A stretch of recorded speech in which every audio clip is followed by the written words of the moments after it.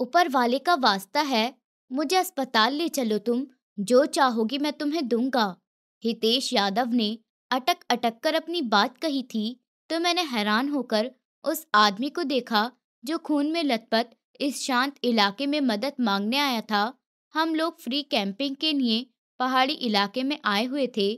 कौन है ये? डॉक्टर सोनाली ने हैरान होकर उस आदमी को देखा जिसका पुलिस केस बन सकता था। मेरे हस्बैंड है ये। मैं न चाहते हुए भी ये बात कह गई थी, तो जल्दी इमरजेंसी में लेकर चलो। बिना पुलिस केस बनाए हितेश का ट्रीटमेंट शुरू हो चुका था। इसके कपड़े बदलो जल्दी।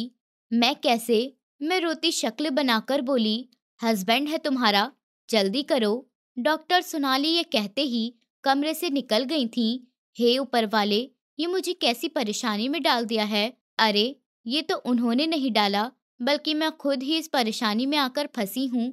अब मैं क्या करूँ? मैं चेंजिंग रूम में उस वक्त उस इंसान को देख रही थी जो बेहोश पड़ा था, और उसी के कपड़े बदलने के लिए डॉक्टर सोनाली ने मुझे कहा था।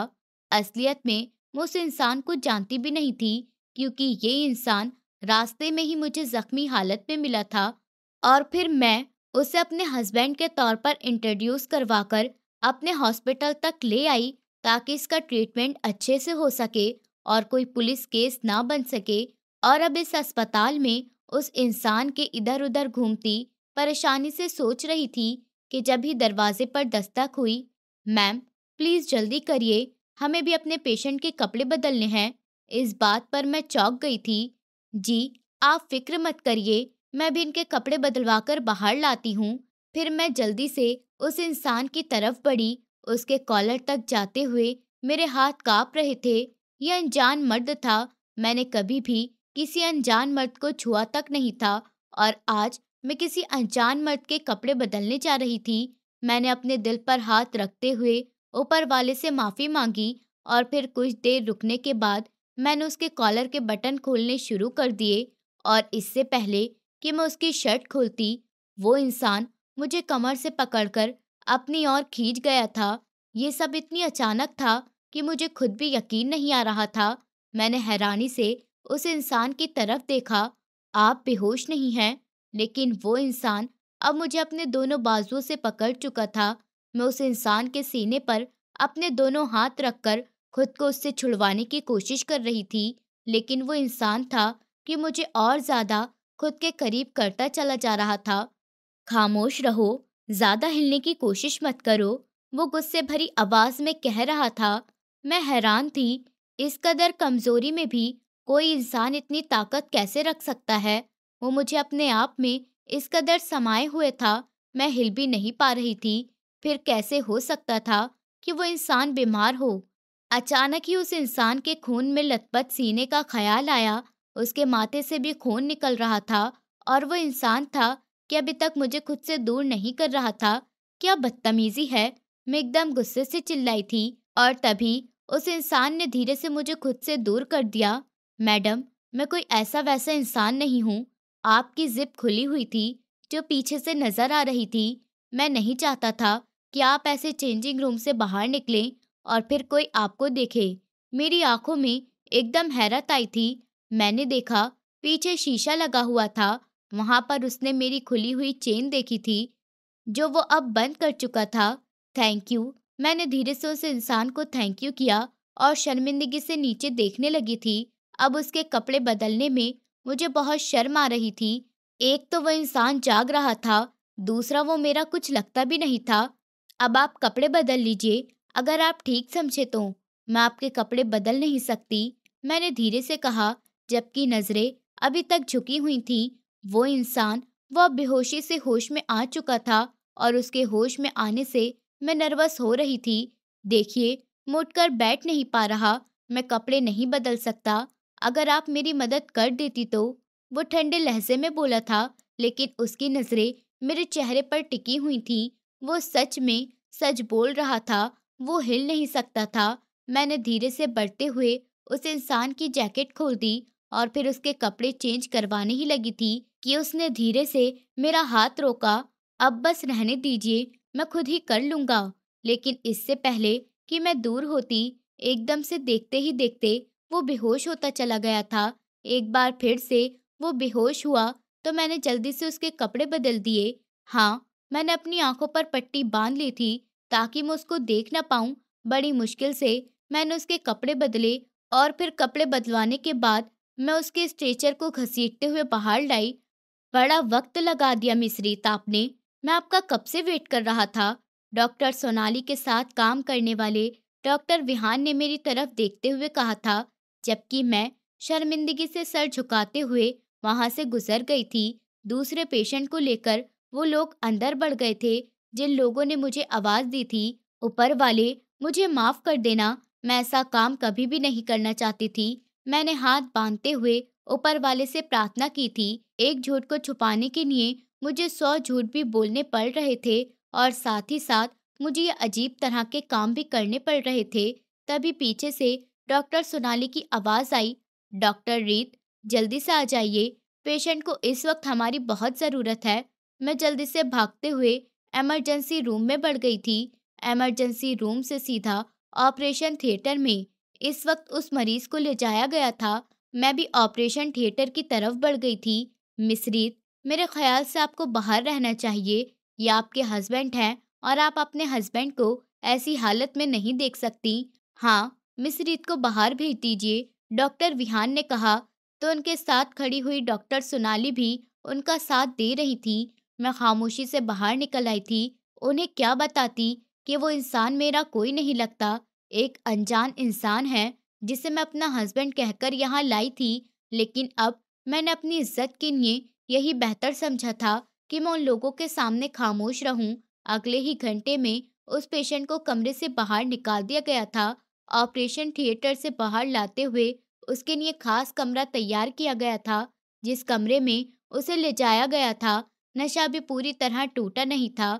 मुझे अब किसी भी केस में काम करने की परमिशन नहीं थी। मुझे बस कहा गया था कि मैं अपने हस्बैंड का ख्याल रखूं।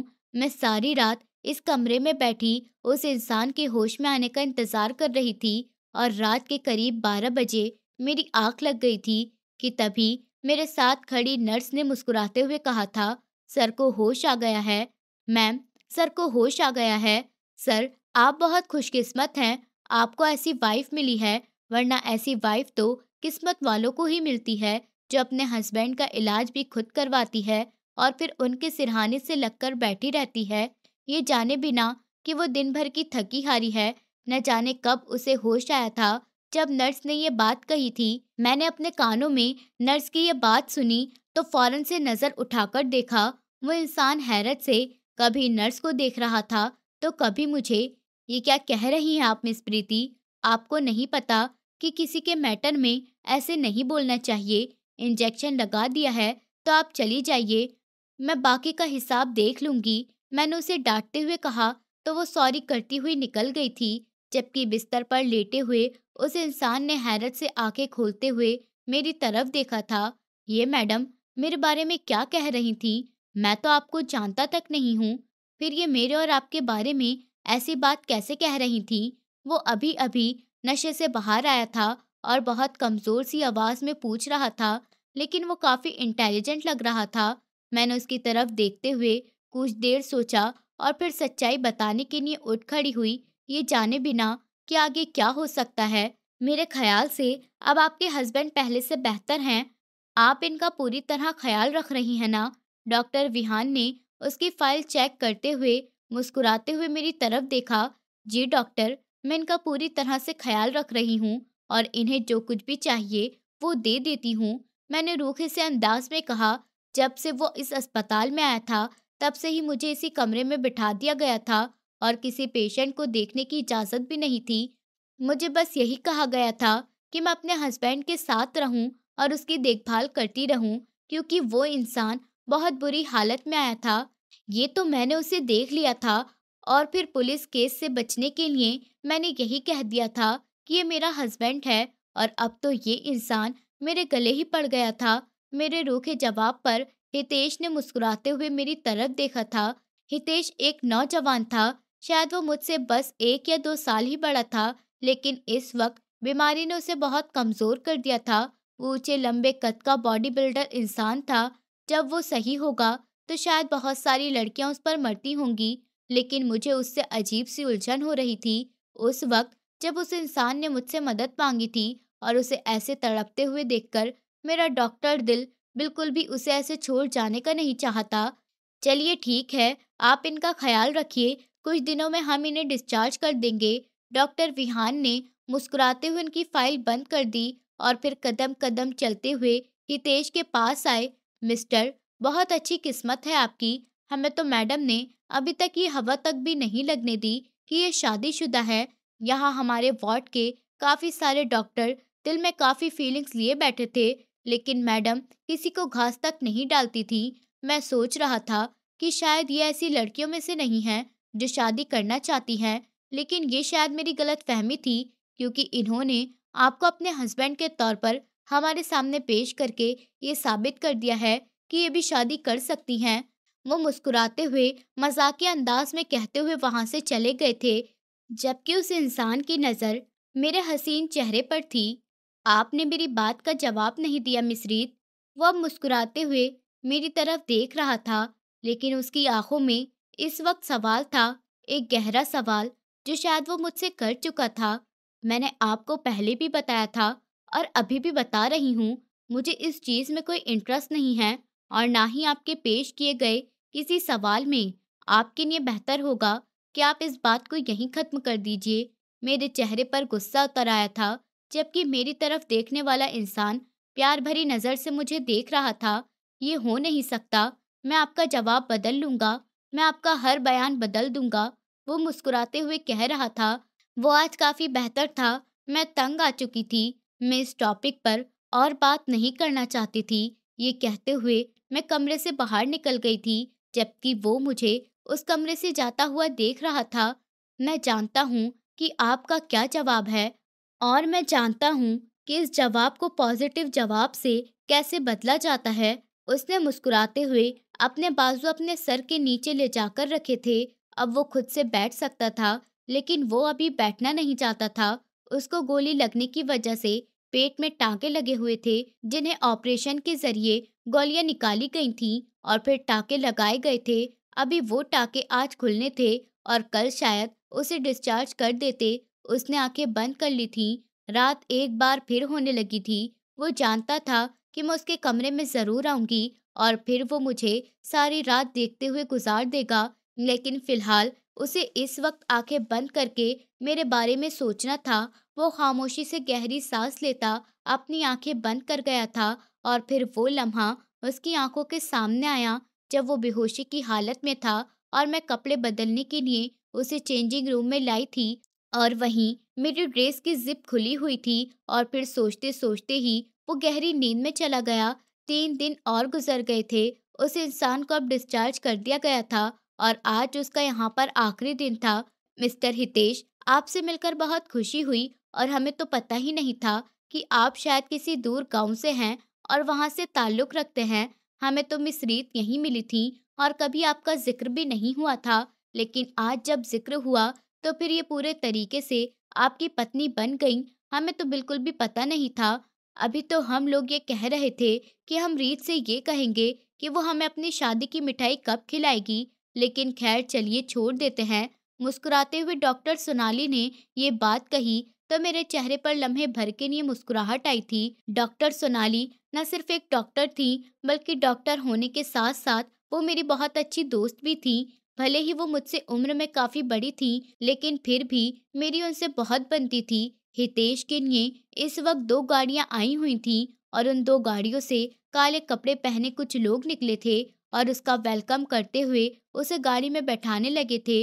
रीत, आपको भी मेरे ख्याल से साथ जाना चाहिए, डॉक्टर विहान ने मेरे कंधे पर हाथ रखते हुए कहा था, जबकि मेरे कंधे पर हाथ रखते देखकर जाता हुआ हितेश वहीं रुका था और उसकी इस हरकत पर डॉक्टर विहान ने जल्दी से मेरे कंधे से अपना हाथ हटा लिया था। इस बात को मैं भी नोट कर गई थी। नहीं सर, यहाँ पर बहुत सारे पेशेंट को मेरी ज़रूरत है और वैसे भी डॉक्टर सोनाली तो घर जा रही हैं, मुझे यहाँ पर काम संभालना है। ये अब ठीक हो गए हैं और ये यहाँ से जा रहे हैं, तो बेहतर है कि मैं अब काम संभाल लूँ, क्योंकि मैं 2 हफ्तों से कुछ नहीं कर पा रही थी। मैंने अपना हाथ में पकड़ा फूलों का बुके हितेश की तरफ करते हुए कहा था। हितेश ने मुस्कुराते हुए वो बुके लिया और फिर अपना सर झुकाता मेरे कान में कुछ कहने लगा। मैं अभी भी अपनी बात पर अटल हूँ और वैसे भी यहाँ जो लोग समझ रहे हैं उसे सच साबित करने के लिए मैं तैयार हूँ। आपके जवाब का इंतजार रहेगा और इस जवाब को हम ना से हाँ में बदल देंगे। मेरी एक नज़र पर लोग तुम्हें छूना छोड़ देते हैं। भला ये कैसे हो सकता है कि मेरे कहने पर कोई तुमसे रिश्ता करे? मैं आपको इस तरह मजबूर कर दूंगा कि आप मेरी बात का जवाब हाँ में ही देने के लिए मान जाएंगी। उस इंसान ने मेरे कान में ये कहा और फिर मुस्कुराते हुए सर ऊपर उठाया। सब लोग मुस्कुराते हुए उसे बाय कहने के लिए बाहर तक आए थे। सबने हाथ हिलाकर बाय कहा और वो भी बाय कहता हुआ वहां से चला गया, जबकि मैं खामोश नजरें झुकाकर उससे मुंह मोड़ गई थी। मेरी ये हरकत सब लोगों ने महसूस की थी, लेकिन फिर एक दूसरे की तरफ देखकर मुस्कुराकर रह गए थे। पक्का इन दोनों में कोई झगड़ा चल रहा है, डॉक्टर सोनाली ने डॉक्टर विहान के पास आते हुए कहा। तो वो दोनों जोर जोर से हंस पड़े थे, जबकि पीछे कदम कदम चलती हुई मैं भी अब यही सोच रही थी कि मुझे क्या करना चाहिए। और तभी मेरे मोबाइल पर घंटी बजी थी। मैंने धीरे से नंबर देखा। नंबर मेरे घर का था। मैं जल्दी से उधर उधर देखती हुई एक सुकून भरी जगह पर जाते हुए फोन कान से लगा गई थी। मिस रीत कहाँ हैं? मुझे उनसे मिलना है। उनसे कहिए कि उनके हस्बैंड आए हुए हैं। 3 दिन बाद वो लौटा तो उसके हाथ में फूलों का बड़ा सा बुके था और वो काउंटर पर बैठी हुई उस लड़की को कह रहा था जो हैरानी से देख रही थी। मेरे ख्याल से तो वो यहाँ से चली गई हैं। उनके घर में कोई प्रॉब्लम हो गई थी। वो अभी यही बात कह रही थी कि डॉक्टर सोनाली एक कमरे से बाहर निकलती हुई उसकी तरफ ध्यान देने लगी। अरे मिस्टर हितेश, आपका कैसे आना हुआ? और रीत कैसी है? वो मुस्कुराते हुए पूछ रही थी। मुझे नहीं पता, लेकिन मैं तो बस उनसे मिलने आया था। उसने तो अपनी खैरियत ही नहीं दी। कब से वेट कर रहा था, सोचा फिर यहीं चला आऊं। उसने अपने आप से बातें बनाते हुए मुस्कुराते हुए सोनाली को देखा था। अरे लेकिन वो तो यहाँ से 3 दिन पहले ही चली गई है और उन्होंने कहा है कि शायद उनके घर में कोई इमरजेंसी हो गई है। अरे हाँ, मैं तो भूल ही गई। आपके घर के अलावा तो उनका एक और घर भी है जहाँ पर उसके चाचा और चाची रहते हैं। मेरे ख्याल से वहाँ कोई इमरजेंसी हो गई है और वो वहाँ चली गई है। आपको फिक्र करने की ज़रूरत नहीं है, वो आ जाएगी। वो मुस्कुराते हुए उसे तसल्ली दे रही थी। लेकिन मुझे ये हैरानी हो रही है कि आप उनके हस्बैंड हैं, फिर भी वो आपको बताकर क्यों नहीं गई? अचानक ही डॉक्टर सोनाली को ख्याल आया था, तो वो पूछ बैठी। अरे हाँ डॉक्टर, असल में मैं आपको बताना भूल गया कि हम दोनों के बीच लड़ाई हुई थी और इस लड़ाई की वजह से उन्होंने मेरा नंबर ब्लॉक कर रखा था। तो मैंने सोचा कि चलो उनके अस्पताल जाकर ही उसको मनाता हूँ। वो अपनी तरफ से बात बनाता हुआ मुस्कुराकर कहने लगा था और फिर डॉक्टर सोनाली उसे बेस्ट ऑफ लक कहते हुए वहां से चली गई थी। वो पूछना चाहता था कि मेरे चाचा चाची के घर का एड्रेस बता दे, लेकिन तभी उसे ये भी ख्याल आ गया कि अगर वो ये बात पूछेगा तो फिर सब उस पर शक करेंगे कि मैं कैसा हस्बैंड हूँ जिसे अपनी वाइफ के घर के बारे में नहीं पता। उसके चेहरे पर एकदम खामोशी छा गई थी और फिर वो वहां से बाहर निकल आया। काफी देर सोचने के बाद वो मेरा नंबर डायल करने लगा। मेरा ये नंबर उस फाइल पर मौजूद था जिस फाइल में उसके टेस्ट वगैरह की रिपोर्ट्स थी और फिर डिस्चार्ज होते हुए उसे दी गई थी। लेकिन आगे से कोई रिस्पॉन्स नहीं आ रहा था। नंबर लगातार बन जा रहा था। क्या करूं मैं? उसे कहाँ ढूंढूं? शायद वो खुद को मुझसे छुपा रही है और इस ख्याल ने उसे परेशान करके रख दिया था। नहीं, ऐसा नहीं हो सकता। मैं उसे ढूंढ कर रहूंगा। मैं उसके फैसले को बदल दूंगा। वो कैसे मुझे छोड़कर जा सकती है? उसने अपने दिल को थामते हुए कहा था। एक अजीब सा तूफान था जो उसके अंदर चल रहा था। उसे कुछ समझ नहीं आ रही थी। वह अस्पताल के अंदर जाकर मेरे घर का पता भी नहीं पूछ सकता था और यहाँ खड़े रहकर चैन से बैठ भी नहीं सकता था। काफी देर इधर उधर टहलने के बाद, सोचने के बाद उसे एक आइडिया आया था और वो फैसला करता हुआ सर झटकता हुआ गाड़ी में बैठ गया था।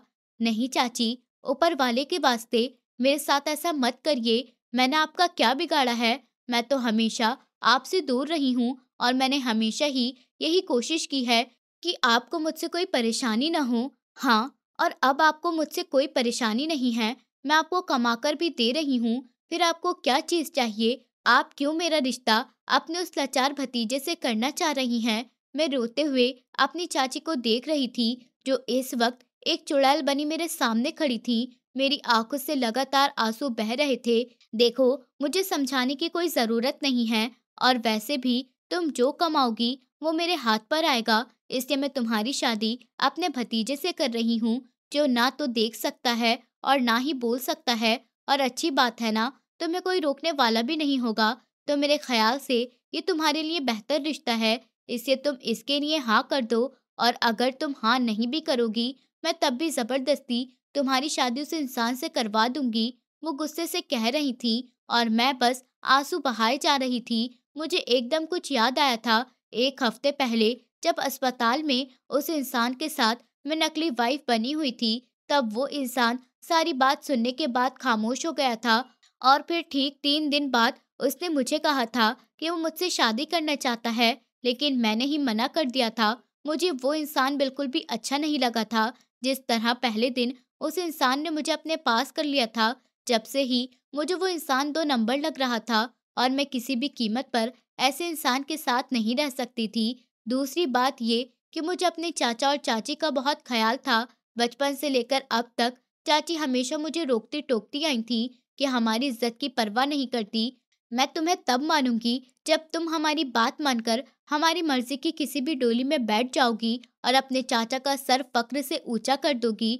और अब ये वक्त आया तो मैं उनसे ये कह देती कि मैं किसी और को पसंद करती हूँ, और अब मैं सिर्फ उस इंसान से ही शादी करूंगी। लेकिन नहीं, मैं ऐसा नहीं चाहती थी। मुझे वो इंसान बिल्कुल भी अच्छा नहीं लगा था। मुझे जिस तरह के लड़के पसंद थे, वो तो बिल्कुल भी वैसा नहीं था। मुझे हितेश हमेशा छिचोरा लगा था। न जाने क्यों मुझे उस इंसान की आंखों में हमेशा एक छिचोरापन ही दिखा था, जो मुझे बिल्कुल भी अच्छा नहीं लगा था। और मैंने खामोशी से उसे मना कर दिया था। और अब मुझे वही बात याद आ रही थी कि शायद मैं उस वक्त उसकी बातों से इनकार न करती और शादी करने के लिए मान जाती, तो शायद वो इंसान मुझे यहाँ आकर बचा सकता था।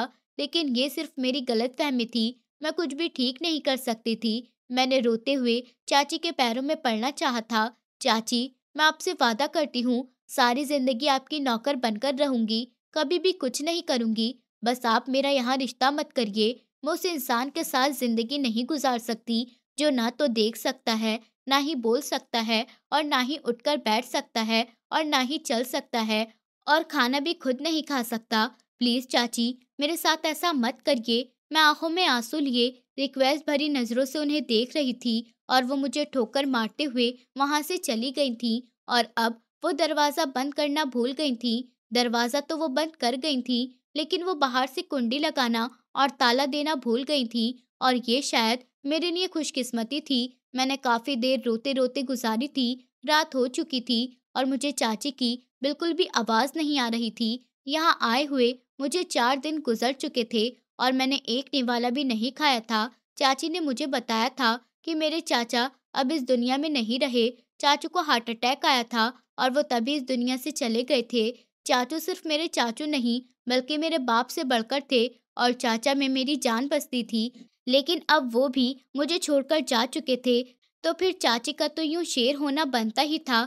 चाचा की जितनी भी दौलत थी, वो सारी चाची के हाथ में चली गई थी, लेकिन फिर भी वो मेरे ऊपर डिपेंड थी। वो चाहती थी मैं हर महीने ढेर सारा कमाकर उनके हाथ पर लाती रहूं, और फिर अपने लाचार भतीजे के साथ बांधकर वो मुझे पूरी तरह अपना नौकर बनाना चाहती थी। लेकिन मैं तो ऐसे माहौल में पली बड़ी ही नहीं थी। मैं कैसे ऐसे माहौल को अपना लेती?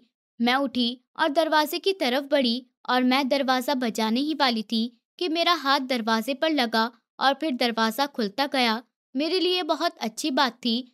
मैंने मुड़कर घड़ी की तरफ देखा। रात के 11 बज रहे थे, मतलब चाची सो रही होंगी। मैंने दिल ही दिल में सोचा, और फिर धीरे से दरवाजा खोलती हुई बाहर निकल आई। सुबह के वक्त मेरी शादी रखी गई थी, और मैं किसी भी सूरत में शादी नहीं करना चाहती थी। और मैं ये भी जानती थी कि चाची मेरे साथ कैसे जबरदस्ती करेंगी, और मेरी शादी करवाने के लिए कुछ भी कर सकती थी। मैंने बस एक नज़र उस घर को देखा था, जिस घर में मेरा बचपन गुजरा था, और अब बस मैं यहाँ से जाना चाहती थी। धीरे से हवेली का दरवाजा खोलती हुई मैं बाहर निकल आई थी, बाहर सुनसान सड़क पर मैं चल रही थी। रात के इस वक्त यहाँ पर कोई एक गाड़ी भी नहीं गुजर रही थी। हाँ, लेकिन चांद की चांदनी थी जो मुझे रास्ता दिखाने में मदद कर रही थी।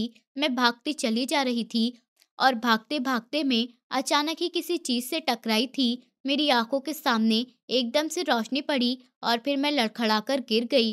काफ़ी देर से मैं भाग रही थी, भागने की वजह से मेरे अंदर हिम्मत बिल्कुल भी नहीं बची थी और अब एकदम से लाइट मेरी आँखों पर पड़ी तो मैं बेहोश हो गई थी और नीचे गिर पड़ी।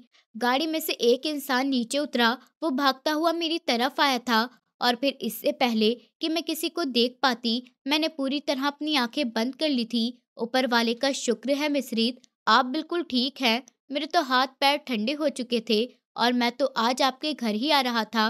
बड़ी मुश्किल से मुझे आपका एड्रेस मिला था।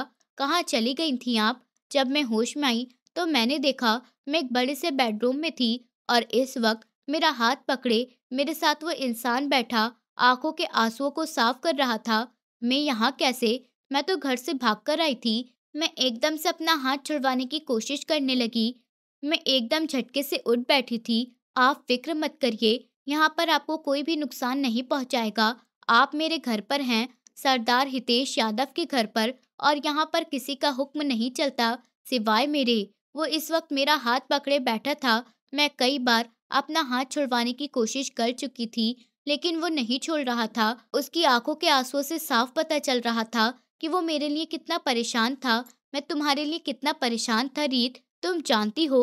मैं हैरत से उस इंसान को देख रही थी जिसका मुझसे कोई रिश्ता नहीं था, ना कोई दिल का रिश्ता, बस एक फीलिंग पर मैं उसकी जान बचाने में कामयाब हो गई थी और फिर वो इंसान मुझे पसंद करने लगा था। लेकिन मैं नहीं जानती थी कि वो मुझे इस कदर पसंद करेगा कि वो मुझे लेकर अपने घर तक आ जाएगा। अब आप मुझे बताइए रीत कि क्या हुआ है और क्या नहीं। वो मेरा हाथ पकड़ता हुआ मेरे करीब आया। जैसे ही वो मेरे करीब आया, मैंने उसकी आंखों में देखा। हम दोनों की नजरें आपस में टकराई थी। एक लम्हे के लिए सब कुछ रुक गया था, वक्त थम सा गया था।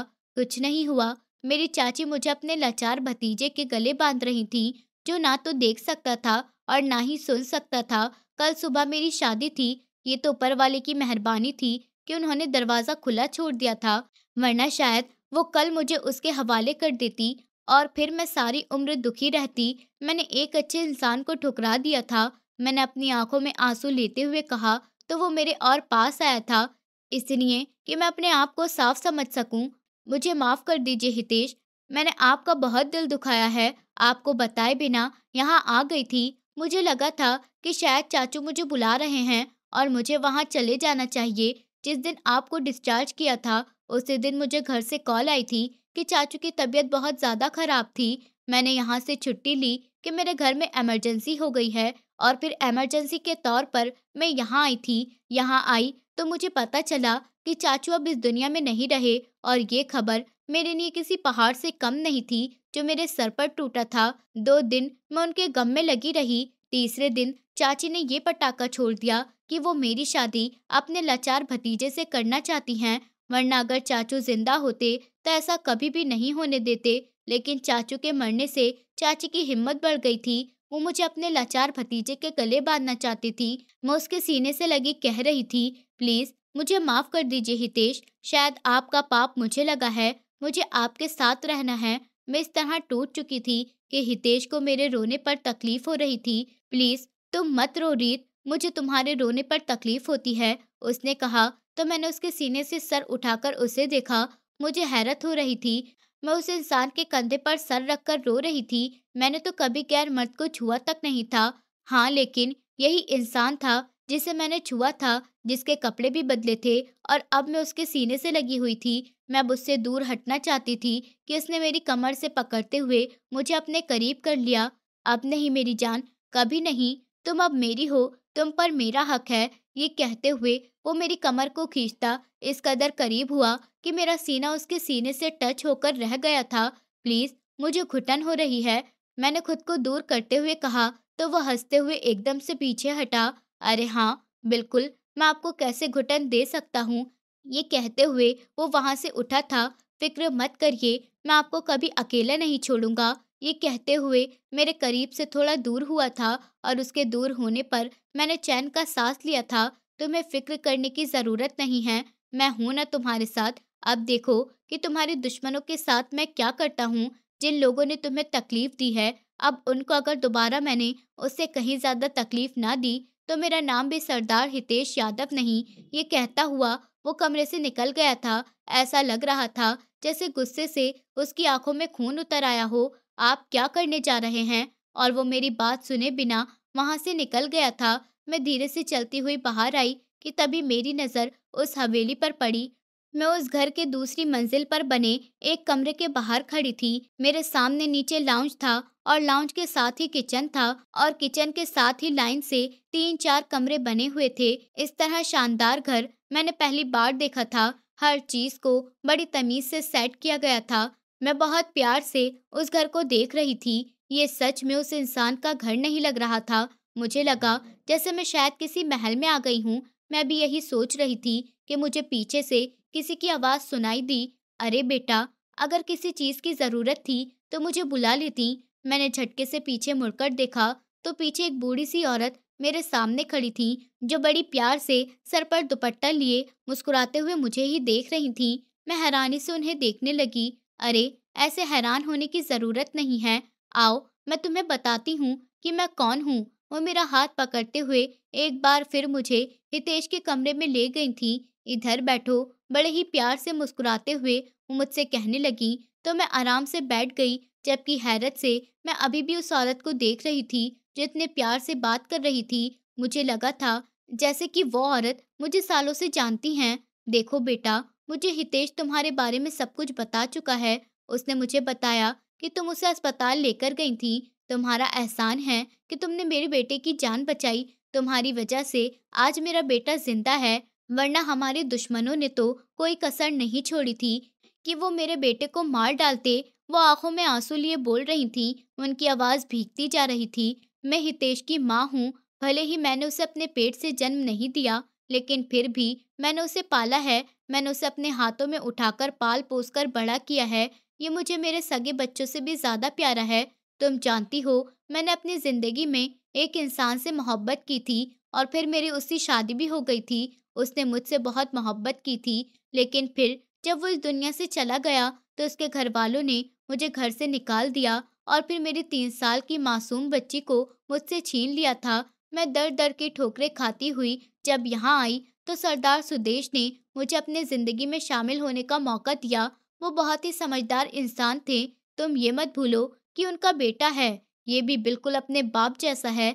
सरदार सुदेश का 3 साल का बेटा था, जिसकी माँ 2 साल उसके पैदा होते ही मर गई थी और वो भी बड़े ही मुश्किल से उसकी परवरिश कर रहे थे और वो उसके लिए कोई माँ चाहते थे। मेरा भी अब उनके अलावा कोई नहीं था, उनका भी यहाँ पर कोई नहीं था और अगर मैं उनके घर से जाती तो जाती कहाँ? खैर, ये सोचते हुए मैंने भी बस ये फैसला कर लिया था कि मैं उनकी बात नहीं ठुकराऊंगी। ये वो इंसान हैं जिन्होंने मेरी मुश्किल में साथ दिया और अब क्या मैं इन्हें इस मुश्किल में छोड़ दूं कि वो दूसरे देश जाएं और उनका 3 साल का बेटा यहाँ पर नौकरों के रहम पर पलता रहे। मैंने उनसे शादी की और फिर उनके इस बेटे को अपनी गोद में लिया। ऊपर वाले की मर्जी ऐसी हुई कि 2 साल बाद जब वो वापस आ रहे थे, तभी उनका प्लान क्रैश हुआ और वो इस दुनिया से चले गए। तब से लेकर अब तक हितेश को मैं ही पाल रही हूँ। वो अपने बाप से कहीं ज्यादा समझदार और प्यार करने वाला इंसान है। वो औरत की इज्जत करना जानता है। उसने मुझे बताया था कि किस तरह उसने दुश्मनों के हमले से जान बचाकर तुमसे मदद मांगी थी और फिर तुमने उसे अपने हस्बैंड के तौर पर वहां पर अपने हॉस्पिटल में ट्रीटमेंट करवाया था। तुम तो उसे जानती तक नहीं थी और वो भी कोई ऐसी ही लड़की चाहता था जिसके दिल में इतना प्यार हो। तुम जानती हो, ये पूरा इलाका सारा का सारा हमारा है। इस इलाके के लोग हितेश को बहुत चाहते हैं। वो इंसाफ पर फैसला करता है और दुखी लोगों की मदद करता है। यहाँ के सभी लोग हमारे गुण गाते हैं, सिर्फ इसी वजह से कि हम उनका दर्द समझते हैं और उनकी मदद करते हैं। वो चाहता था कि उसकी पत्नी भी कोई ऐसी ही हो जो लोगों का दुख समझ सके, ये जाने बिना कि वो कौन है, क्या है, कहाँ से हैं, वो लोगों की मदद करे। और फिर इसी सूरत में उसे तुम मिल गई। वो तुमसे बहुत मोहब्बत करता है। उसकी मोहब्बत को कभी मत ठुकराना बेटा। और हाँ, वो जाते-जाते मुझे ये भी बताकर गया है कि वो कहाँ जा रहा है। वो तुम्हारे मुजरिमों को सज़ा देने के लिए जा रहा है। उसने मुझे ये भी बता दिया है कि तुम उससे माफ़ी माँग चुकी हो। बेटा, मुझे दिल से खुशी हो रही है कि तुम पर उसकी सच्चाई खुल गई। तुम उसे ना जाने कब से बुरा समझ रही थी। अगर नहीं भी समझ रही थी, तो शायद तुम्हारे दिल में ये बात होगी कि वो इंसान इसलिए तुमसे शादी को कह रहा है क्योंकि तुमने उसकी जान बचाई है। लेकिन सच्चाई ये नहीं है, वो सच में तुमसे मोहब्बत करता है और वो मुझे ये बात बता चुका है। और अब जब वो आएगा तो तुम देखना, वो तुम्हारे दुश्मनों को दिन में तारे दिखाकर आएगा। जिन लोगों ने तुम्हें दुख दिया है, जो लोग तुम्हारे आंसू बहने की वजह बने, उन्होंने मेरे चेहरे पर प्यार से हाथ फेरते हुए, मुस्कुराते हुए कहा तो मैं हैरान रह गई। तो वो इस गांव का सरदार था और मैं उसकी मोहब्बत थी। मेरी आंखों में आंसू तर आए थे। आई एम सॉरी आंटी, मैंने पहली बार उस औरत से कोई बात कही थी। अरे कुछ नहीं बेटा, कोई बात नहीं, सॉरी करने की ज़रूरत नहीं है। सॉरी तो मुझे तुमसे करना चाहिए कि मैं तुम्हें शादी से पहले यहाँ लाने पर मजबूर हो गई, लेकिन तुम्हारी शादी वहाँ तुम्हारी मर्जी के बिना हो रही थी। ये तो बहुत गलत था। और फिर एक एबनॉर्मल इंसान के साथ ज़िंदगी गुजारना कितना मुश्किल होता है, ये मैं अच्छे से जानती हूँ बेटा। जी आंटी, मैंने सर झुका दिया था। मैं यहाँ के सरदार की मोहब्बत थी। वो इतनी लड़कियों को छोड़कर मेरे पीछे पागल होता जा रहा था और अब न जाने वो कहाँ था। कहीं वो मेरी चाची को नुकसान तो नहीं पहुँचाएगा, लेकिन अगर पहुँचाता है तो पहुँचा दे। मैंने भी ठान लिया था कि अब मैं किसी का एहसास नहीं करूँगी। सिर्फ चाचू ही तो थे मेरे अपने, जब इस दुनिया से चले गए थे। अब मैं यही सोच रही थी कि हितेश की माँ के हाथ में मोबाइल पर कॉल आई थी। उन्होंने मोबाइल कान से लगाया और फिर अगले ही लम्हे जी बेटा मैं आई कहते हुए फ़ोन बंद कर गई थी और मुझसे कहती हुई चली गई थी कि बेटा मुझे बहुत ज़रूरी काम से जाना है। तुम्हें किसी चीज़ की ज़रूरत हो तो मैंने बाहर नौकर को कह दिया है, वो तुम्हें दे देंगे। अभी वो ये कहने ही लगी थी कि एक बार फिर से मोबाइल बजा। अब की बार हितेश ने साथ ही मुझे लाने का कहा था और वो मुझे अपने साथ लेती गाड़ी में बैठी वहां से निकल गई थी। मैं हैरानी से सोचे जा रही थी कि ये सब क्या हो रहा है। ये सब कुछ तो बिल्कुल अजीब सा था। उनकी गाड़ी एक ऐसी जगह आकर रुकी थी। ये जगह जानी पहचानी सी थी। मेरे साथ बैठी रितिका आंटी इधर उधर देखने लगी थी। उनके चेहरे से लग रहा था जैसे वो पहले भी यहाँ आई हूँ। ड्राइवर, कहीं तुम हमें गलत रास्ते पर तो नहीं लेकर आए हो? उन्होंने आगे बढ़ते हुए ड्राइवर से पूछा था। उनकी आवाज में काफी गुस्सा भी था। मैंने हैरत से उनकी तरफ देखा। आंटी, सब ठीक तो है ना? आप गुस्सा क्यों कर रही हैं? मुझे लगता है ये हमें गलत जगह पर ले आया है। वो मेरी बात पर बोली थी कि ड्राइवर बोला, नहीं, साहब ने जो लोकेशन भेजी थी मैं वहीं पर लाया हूँ। ये देख लीजिए। वो अपना मोबाइल आगे करते हुए दिखा रहा था। लोकेशन बिल्कुल वही थी। उसके साथ ही मैंने भी देखा कि अरे हाँ, ये तो मेरा घर है। ये तुम्हारा घर है? रितिका आंटी ने हैरत से मेरी तरफ देखा था। हाँ आंटी, ये हमारा घर है। क्या वो यहाँ पर हैं? क्या सच में हितेश जहाँ पर आया हुआ है? मैं हैरत से बोली थी कि तभी हितेश हमें उस घर के दरवाजे से बाहर आता हुआ दिखा। उसने दरवाजा खोला और सबसे पहले उसने रितिका आंटी को बाहर निकाला। रितिका आंटी हैरानी से बाहर निकली थी। लगता था जैसे उन पर कोई पहाड़ टूट गया है। वो खामोश हो गई थी। अभी वो घर से निकली थी तो काफी खुश थी, लेकिन अब यहाँ आकर उन्हें क्या हो गया था? फिलहाल तो मैं उन्हीं के बारे में सोच रही थी। हितेश दूसरी तरफ से मुड़कर आया और फिर मेरे सामने का दरवाजा खोलते हुए मुझे बाहर आने का इशारा किया। उसके चेहरे पर एक अजीब सा सेटिस्फेक्शन था, जिसे देखकर मेरा दिल पहले से कुछ बेहतर हुआ था। सब ठीक तो है? आप हमें यहाँ क्यों लाए हैं? मैंने दिल को तसल्ली देते हुए पूछा था। और ये आंटी को क्या हुआ है? ये जब गाड़ी में बैठी थी तो बिल्कुल खुश थी, मुस्कुरा रही थी, लेकिन यहाँ आते ही न जाने इन्हें क्या हो गया है, बिल्कुल चुप हो गई हैं, किसी बात का जवाब ही नहीं दे रही। मैं हैरत से हितेश की तरफ देखते हुए कहने लगी, यहाँ एक गहरा राज छुपा हुआ है। तुम अंदर चलोगी तो तुम्हें पता चल जाएगा। चलो आओ। ये कहते हुए वो मुझे हाथ से पकड़ता हुआ दूसरी तरफ ले गया। रितिका आंटी अभी भी सख्ती से खड़ी उस घर को देख रही थी। हितेश, तुम हमें यहाँ क्यों लाए हो? उन्होंने पहली बार कुछ कहा था। माँ, आप अंदर चलिए, आपको सब पता चल जाएगा। अब आ जाइए। ये कहते हुए हितेश ने उन्हें सीने से लगाया और फिर अपने साथ लेकर अंदर की तरफ बढ़ गया। उसके हाथ में मेरा हाथ था। इस तरीके से उसके पीछे पीछे चलती हुई मैं उस घर में आई थी और सामने का नज़ारा देखकर मुझे ऐसा लगा जैसे मेरे पैरों के नीचे से ज़मीन निकल गई हो। चाची इस वक्त एक कुर्सी पर बंधी हुई बैठी थी। उसके साथ ही उनका वो भाई सागर भी। और फिर रितिका आंटी एकदम से भागती हुई और उस इंसान के कॉलर को पकड़ते हुए गुस्से से कहने लगी, तुम्हें तो मैं कभी भी नहीं छोड़ूंगी, बदतमीज इंसान। तुम्हारी वजह से मैं भटकती फिरती रही, मैंने कितने धक्के खाए हैं, मैं तुम्हें कभी जिंदा नहीं छोड़ूंगी। ये 22 साल की जिंदगी मैंने बस इसी आग में जलते हुए गुजारी है कि मैं किसी दिन तुम्हारे पास जरूर पहुंचूंगी। आज किस्मत ने मुझे तुम्हारे सामने लाकर खड़ा कर दिया है। देखो, ये मेरा बेटा है। इसने मेरा बदला भी ले लिया है तुमसे, लेकिन जो तुमने किया है उसके लिए मैं तुम्हें कभी माफ नहीं करने वाली, तुम्हें मार डालूंगी। वो रोते हुए उस इंसान का कॉलर पकड़े हुए उसके चेहरे पर मुक्कों की बारिश करने लगी थी। हितेश, ये क्या हो रहा है? मैं जल्दी से हितेश के कंधे पर लगती हुई कहने लगी। हितेश ने जल्दी से मेरा हाथ थामा। कुछ नहीं रीत, सालों की जो आग उनके दिल में पल रही थी आज ही उसे ठंडा कर रही हैं। बरसों का बदला आज पूरा होने वाला है। तुम फिक्र मत करो, तुम्हारे और माँ के मुजरिम यही लोग हैं। और तुम जानती हो कि ये क्या हो रहा है, तो सुनो, जो सामने हो रहा है उसे गौर से देखो, तुम सब जान जाओगी। मैं वहीं उसके पास होती, उसके कंधों को दोनों हाथों में जकड़ती, अपना सर उस पर टिका गई थी।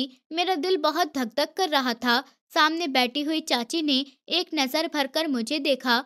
अरे प्यारी बेटी, तुम तो मेरी बेटी जैसी हो ना, तुमने तो कभी मेरा सर नहीं झुकने दिया। देखो, तुम्हारी माँ जैसी चाची के साथ क्या सलूक हो रहा है। ये इंसान मुझे पकड़कर क्या कर रहा है। बेटा, इनसे कहो ना कि मुझे छोड़ दें। वो रिक्वेस्ट भरे लहजे में कह रही थी, जबकि मेरे चेहरे पर एकदम से गुस्सा आ गया था। मुझसे मेरे माँ बाप छीनने के बाद आप लोगों ने कब मुझे अपना समझा, कब आप लोगों ने मुझे अपना समझकर अपनी बेटी समझकर पाला है। जब तक चाचू जिंदा थे उन्होंने मुझे अपनी बाहों में छुपाकर रखा, अपने साय के नीचे मुझे छुपाकर रखा। लेकिन फिर उनके जाने के बाद आपने तो अपना असली रंग दिखा दिया था। मुझे माफ कर दीजिए, मैं अब आपके लिए कुछ नहीं कर सकती। रही बात मेरे रिश्ते की, तो मैंने हितेश को अपना हमेशा के लिए जीवन साथी मान लिया है। मैंने हितेश की तरफ देखते हुए कहा, तो हितेश को ऐसा लगा जैसे एक ठंड उसके कलेजे में पड़ गई हो। वो मुस्कुराते हुए मेरा हाथ पर अपना हाथ रख गया था। सुन लिया आपने, बड़े मान से कह रही थी कि ये लड़की आपके अंडर में है और आपके दबाव में कुछ भी कर सकती है, तो वो अब आपकी कोई नौकर नहीं है, बल्कि वो मेरी मोहब्बत है। और मेरी मोहब्बत को इतना तो मजबूत होना चाहिए कि वो अपने लिए लड़ सके, अपनी पसंद बता सके। और इसके साथ मैं हूँ, उसे किसी से डरने की जरूरत नहीं है। और रही बात मेरी माँ के साथ कुछ भी करने की, तो उसका बदला अब मेरी माँ आपसे खुद लेंगी। ये कहते हुए वो हाथ बांधकर साइड पर खड़ा हो गया। उसके साथ मैं भी साइड पर खड़ी हुई थी। हाँ, लेकिन मेरे हाथ कांप रहे थे और उसने मेरे हाथों को मजबूती से अपने हाथों में पकड़ रखा था, जिससे मुझे काफी सुकून मिल रहा था। मेरे पति का एक्सीडेंट करवाया और फिर उसके मरने के बाद जब मुझे यहाँ लाया गया, मैं यहाँ आई, तो तुमने अपनी बदतमीजी दिखाई। और तुम जैसी औरत पर तो ऊपर वाला भी नालत भेजता होगा। उर्वी, तुमने जो कुछ मेरे साथ किया उसका बदला मैं तुम दोनों से लेकर रहूंगी। अपनी जिंदगी के 22 साल मैं इसी बदले की आग में तड़पती रही। मुझे तो यही लग रहा था कि मेरे पति की मौत सिर्फ और सिर्फ एक हादसा थी, लेकिन नहीं, इस इंसान ने उसे जानबूझकर मारा था। और फिर उसके बाद जब मैं अपनी बेटी को यहाँ लेकर आई, इसने मुझ पर गंदी नजर रखी और फिर मुझे गलत ठहराकर मुझे इस घर से बाहर निकलवा दिया। रितिका आंटी की आवाज में बहुत दुख था, उनका चेहरा आंसुओं से भीगा पड़ा था। उनकी बात के जवाब में कुर्सी पर बंधी चाची ने एक झटके से सर उठाकर देखा। रितिका, तुमने सोचा है कि तुम खुद क्या थी? तुम तो खुद एक कोठे वाली की बेटी थी। तुम्हें वो बिहाकर यहाँ लाया था, अपने घर की इज्जत उसने खराब कर दी थी। उसे उसके किए की सजा तो मिलनी ही थी ना। ये बात सुनकर मुझे एक झटका लगा था। मैं तो इसी शौक से बाहर नहीं आ रही थी कि ये सामने खड़ी औरत सच में मेरी माँ थी, क्योंकि मुझे तो यही बताया गया था कि मेरे माँ और बाप दोनों इस दुनिया से चले गए हैं। लेकिन अगर इस औरत को घर से निकाल दिया गया था, तो इसका मतलब था कि वो अपनी 3 साल की बेटी को यहाँ छोड़कर गई थी। तो इसका क्या मतलब था? वो मेरी माँ नहीं थी तो और कौन थी? और अगर वो मेरी माँ थी तो ऐसा क्यों कहा गया कि वो एक कोठे वाली थी? मैं कोई कोठे वाली नहीं थी, बस मेरी परवरिश वहाँ हुई थी। लेकिन मुझे परवरिश देने वाली भी मेरी माँ कोई आम औरत नहीं थी। उन्हें ज़बरदस्ती इस काम में डाला गया था, लेकिन उन्होंने मुझे इस काम से हमेशा दूर रखा था और फिर एक अच्छे इंसान को देखकर मुझे उसके साथ ब्याह कर भेज दिया था। वो तुम्हारे घर कोई गंदगी नहीं लाया था, बल्कि वो इंसान तो मुझ पर एहसान कर कर मुझे उस गंदगी से उठाकर लाया था। उसने मुझे एक अच्छी ज़िंदगी दी थी। उसके साथ मैंने अपनी ज़िंदगी के पूरे 5 साल गुज़ारे थे। हमारी एक बेटी भी हुई थी। ये रीत मेरी ही बेटी है। वो जल्दी से आगे बढ़ते हुए मुझे अपने सीने से लगा गई थी। मेरे लिए ये सब कुछ बिल्कुल एक नए एहसास से कम नहीं था। क्या सच में आप मेरी माँ हैं? मैंने रोते हुए सर उठाकर देखा तो माँ की आंखों में आंसू थे। उन्होंने मुझे अपने सीने से लगा लिया था। इस तुम्हारी चाची ने अपने भाई के साथ मिलकर तुम्हारे पापा का एक्सीडेंट करवाया और फिर वो इस दुनिया से चले गए। अभी उनको मरे हुए 3-4 दिन भी नहीं हुए थे। उन्होंने मुझसे तुम्हें छीन लिया क्योंकि इसके भाई ने मुझ पर बुरी नज़र रखी थी और जब मैंने चीख कर लोगों को बताया तो इसने उल्टा मेरे ऊपर ही इल्ज़ाम लगा दिया था और मुझे घर से बाहर निकलवा दिया था। लेकिन तुम्हारे चाचा एक अच्छे इंसान थे। उनके सहारे मैं तुम्हें यहाँ छोड़ गई थी, लेकिन हर पल मैं तुम्हारे लिए मरती थी, प्रार्थना करती थी और ये सब कुछ मेरा बेटा जानता था। जिस दिन उसे ये सब मालूम हुआ था कि तुम मेरी बेटी हो और फिर जब उसे ये भी मालूम हुआ कि तुम पर भी उन लोगों ने ऐसे ही जुल्म किए हैं, उसने इस वक्त इरादा कर लिया था कि उन जुल्मों का बदला ज़रूर लेगा। लेकिन उसने मुझे ये नहीं बताया था कि तुम्हारे मुजरिम भी वही हैं जो मेरे मुजरिम हैं और मैं उन लोगों को बिल्कुल भी माफ़ नहीं करूँगी। दूसरी बात यह है कि तुम्हारे पिताजी की सारी दौलत इन लोगों ने हत्या कर रखी थी, जो तुम्हारे पिताजी ने तुम्हारे नाम कर रखी थी और इन लोगों ने इसलिए तो तुम्हें अपने अंडर रखा था कि तुम्हें कुछ पता न चल सके और इनका राज तुम पर ना खुल जाए। मुझे माफ़ करना बेटा, मैं तुम्हें नहीं भूली थी, मगर वहाँ तुम्हें मैं छोड़ आई थी और अब नहीं। अभी वो बोल ही रही थी कि हितेश की आवाज़ हमारे कानों में पड़ी। मैंने पुलिस को कॉल कर दी है। पुलिस आकर इन लोगों को अरेस्ट कर लेगी और जैसे ही अरेस्ट करेगी, इन लोगों के सामने ही मैं तुमसे शादी करूंगा। कुछ देर बाद ही पुलिस का हॉर्न बजा था और फिर वो लोग आकर उन्हें ले गए थे। लेकिन उनके जाने से पहले हितेश ने उनके सामने ही मुझसे शादी कर ली थी। काफी दिन गुजर चुके थे।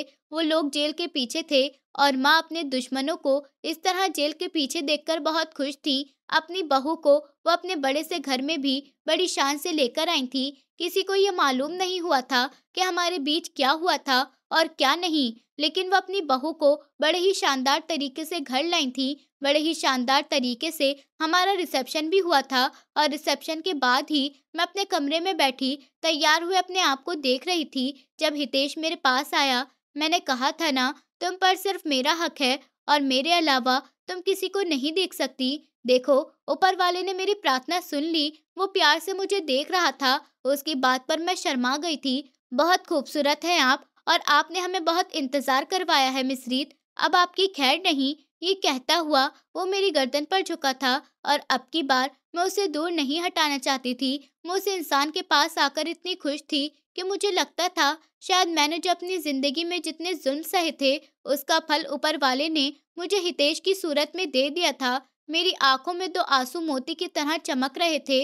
मुझे याद आया था कि मेरे चाचा ने एक बार कहा था, बेटा, मैं जब चला जाऊंगा तो मेरे बाद कोई ऐसा इंसान तुम्हारी जिंदगी में जरूर आएगा जो मेरी तरह तुम्हारा ख्याल रखेगा, जो मुझसे कहीं ज्यादा तुमसे मोहब्बत करेगा। बेटा, बस अपना ख्याल रखना। और चाचा की ये बात करते ही मैंने आंखें खोलकर सामने देखा तो सामने खड़ा हितेश प्यार से मेरे ऊपर झुकता चला जा रहा था और अब की बार मैं भी उसे ऐसे ही नशे में झुकने देना चाहती थी।